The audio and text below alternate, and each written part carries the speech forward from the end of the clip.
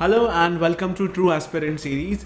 आज के सेशन में हम डिस्कस करेंगे the relentless march of foreign portfolio investors to the exit gate.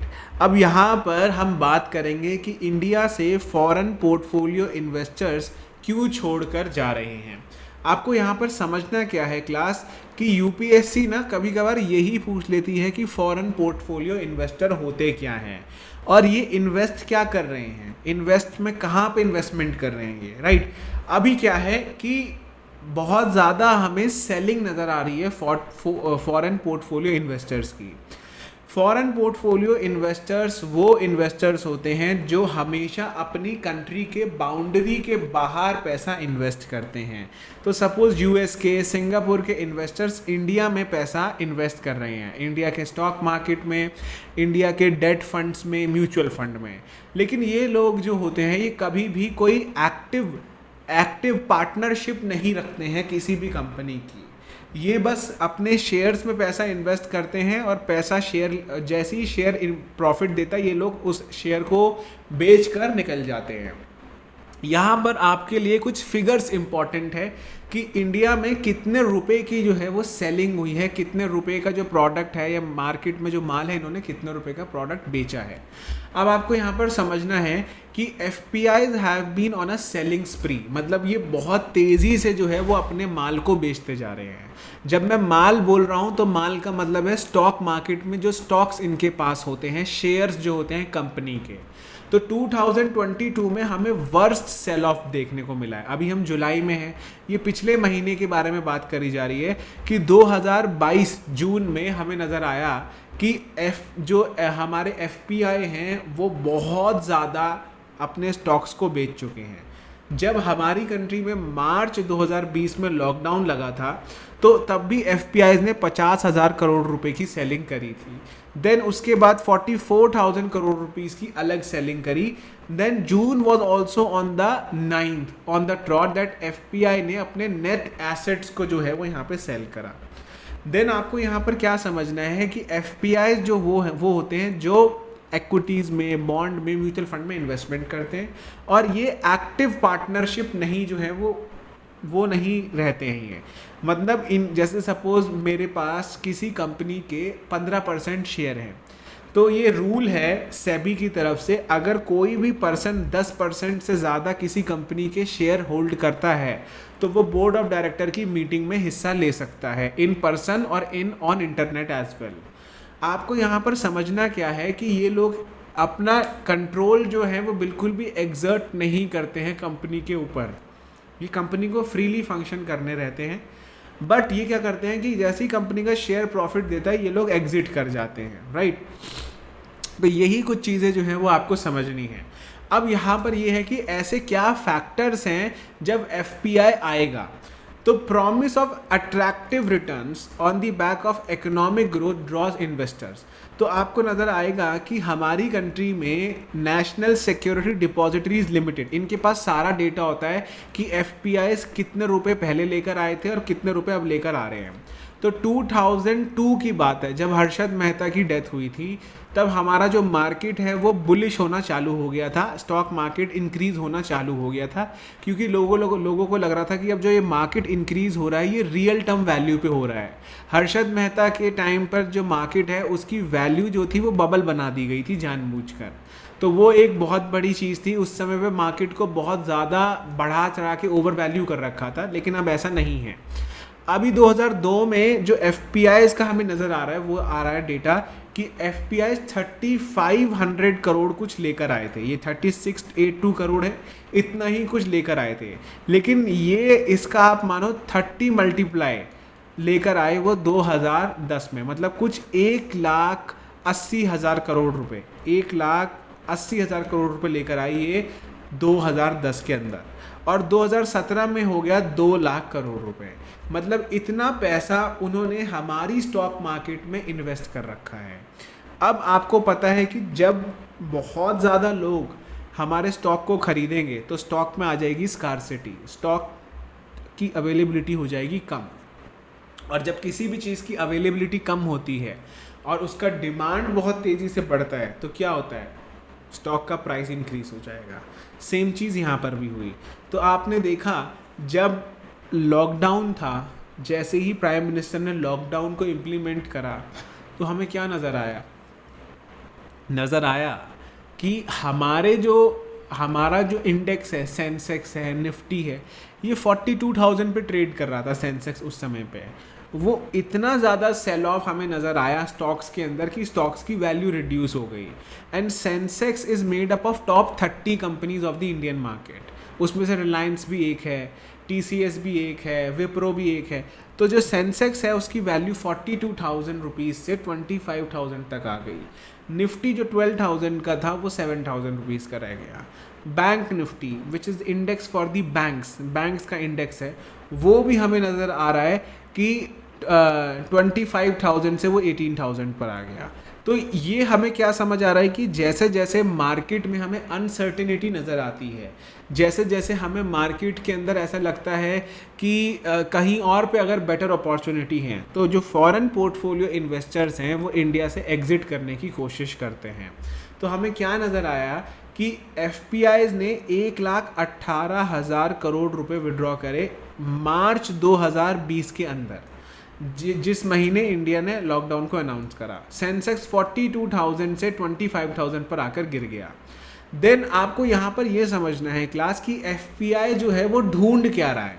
FPI जो है वो देखता है जहाँ पर there is a favourable differential between the real interest on offer in the country they aim to invest in and other market but more specifiedly with the largest economy in the world।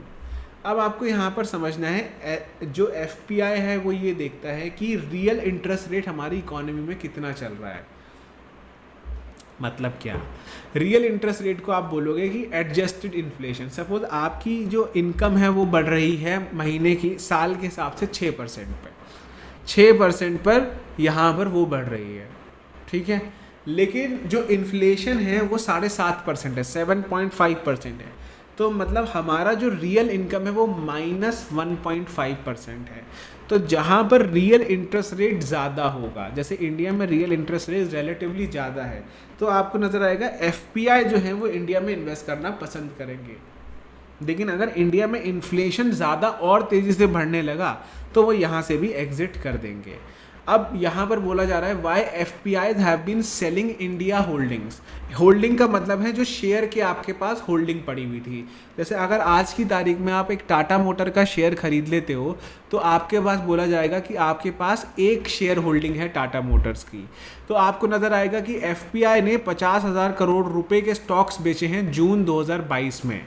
ये highest cell of है since 1993 after March. तो मतलब 1993 से हमारी country में FPI को entry मिली हुई है।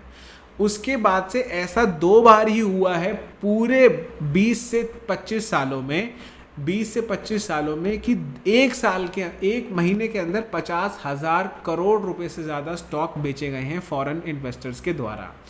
अब यहाँ पर प्रॉब्लम क्या है कि ग्लोबल प्राइस जो है वो बढ़ गए हैं रशिया की इन्वेजन की वजह से। सनफ्लावर और वीट सप्लाईज जो है वो इन्हीं 2 नेशन से ज़्यादातर आती है।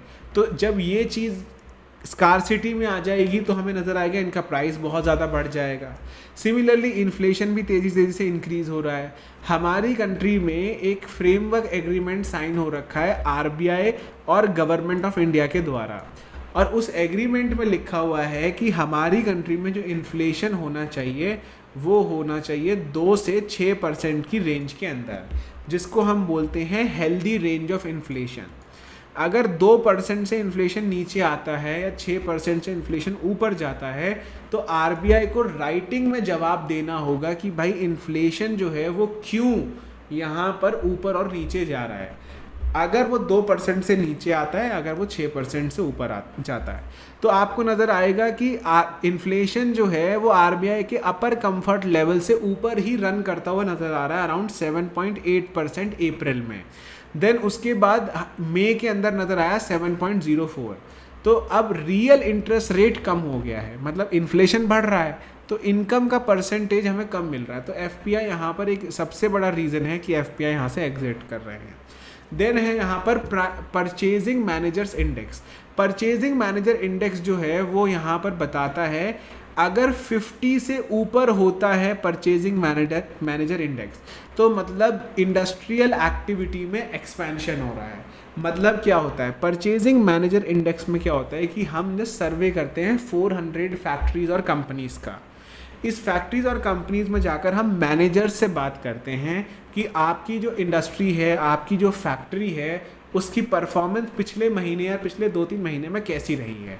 तो मैनेजर बताएगा कि हमें जो है वो कॉन्ट्रैक्शन देखने को मिल रहा है, तो हमने ले ऑफ कर दिया एम्प्लॉयज़ का, हमने उन्हें नौकरी से निकाल दिया। कोई आपसे बोलेगा कि मेरे प्रोडक्ट की डिमांड बहुत ज़्यादा बढ़ती हुई नज़र आ रही है, तो जब डिमांड बहुत तेज़ी से ज़्यादा बढ़ती हुई नज़र आ रही है तो हमने नई मशीन्स को ख़रीदा है, नए एम्प्लॉयज़ को हायर करा है, तो एग्रीगेट करके ना उसको लेकर उसका एक फिगर बनाया जाता है। बोला जाता है कि अगर 50 से ऊपर परचेजिंग मैनेजर इंडेक्स है तो हम बोलेंगे कि हमारी इंडस्ट्रियल एक्टिविटी में एक्सपेंशन नज़र आ रहा है। अभी रिसेंटली ही परचेजिंग मैनेजर इंडेक्स को लेकर आया ऑल टाइम हाई पे, वो है 59 का हमारा पीएमआई निकला है। देन बाकी कुछ महीने में हमारा पीएमआई जो है वो 53.9 था जून में, उससे पहले महीने 54.6 था, तो ये 27 लो पे पहुंच चुका है, 27 महीनों के लो पे पहुंच चुका, मतलब पिछले 2 सालों में इतना लो कभी भी हमें नहीं देखने को मिला। देन यूएस का फेडरल रिजर्व जो कि वहाँ का सेंट्रल बैंक है, जब वहाँ पर इंटरेस्ट रेट इंक्रीज़ हो रहे हैं तो यहाँ पर क्यों कोई इन्वेस्ट जो है वो पैसा करने आएगा। अब आपको यहाँ पर सबसे ज़्यादा इम्पैक्ट आपको क्या नज़र आएगा कि जब भी हमारी कंट्री से बहुत ज़्यादा डॉलर का आउटफ्लो होगा तो हमें क्या नज़र आएगा कि रूपी के ऊपर प्रेशर आएगा। तो जब अमेरिका में हमें नज़र आ रहा है कि इंटरेस्ट रेट इंक्रीज़ हो गए, अमेरिका में हमें नज़र आ रहा है कि फेडरल रिजर्व कह रहा है कि मैं और रेट्स को इंक्रीज़ करूँगा, तो मतलब वहाँ पर इंटरेस्ट रेट इंक्रीज़ होने वाला है। बैंक्स भी अब फिक्स डिपॉजिट के ऊपर इंटरेस्ट रेट को इंक्रीज़ कर देगा, और जब इंटरेस्ट रेट इंक्रीज़ हो जाएगा तो लोग सोचेंगे कि इससे अच्छा तो है कि हम अपनी कंट्री में ही इन्वेस्ट कर ले, क्योंकि वहाँ पर भी हमें ज़्यादा कम रिटर्न नहीं मिल रहा है। तो जब ज़्यादा रिटर्न नहीं मिलेगा, ज़्यादा रिटर्न हमें इंडिया में नहीं मिल रहा है, तो मैं इंडिया से एग्जिट कर जाऊँगा। यही चीज़ें जो हैं वो एफपीआई यहाँ पर कर रहे हैं। तो आपको क्या नज़र आ रहा है, when the differential between the interest rates in US and other markets and if such an occurrence is accompanied by the strengthening of dollar, then यहाँ पर क्या होगा कि इन्वेस्टर जो है वो यहाँ पर नहीं आना पसंद करेंगे, क्योंकि उनकी वैल्यू भी अप्रिशिएट हो रही है, क्योंकि उनके पास डॉलर में पैसा है। तो आपको नज़र आएगा कि जैसे जैसे इन्फ्लेशन बढ़ता चला जाएगा, फॉरेन पोर्टफोलियो इन्वेस्टर यहाँ से एग्जिट करते चले जाएंगे, right. Now what does an FPI sell off have, मतलब what impact does an FPI sell off have. तो आपको नज़र आएगा कि 1 साल पहले हमारा डॉलर जो है वो 73 के आसपास ट्रेड कर रहा था, अभी वो 80 के आसपास है। तो आई होप आपको समझ आ गया कि वो कैसे करेंसी बैंक के ऊपर प्रेशर डालकर रुपया उनको बेच रहे हैं और डॉलर उनसे ख़रीद रहे हैं। तो आपको नज़र आएगा कि ये चीज़ें हमारे लिए सबसे ज़्यादा सिग्निफिकेंट इम्पैक्ट मतलब इनका रहता है जब एफपीआई जो है वो हमारी कंट्री से एग्जिट करते हैं। सबसे पहली बात, जो इंडेक्सेस हैं सेंसेक्स, निफ्टी, इनकी वैल्यू डाउन आ जाएगी, स्टॉक के जो प्राइसेस हैं वो डाउन आ जाएंगे, देन हमारा रुपी जो है वो और कमज़ोर हो जाएगा अगेंस्ट दी डॉलर।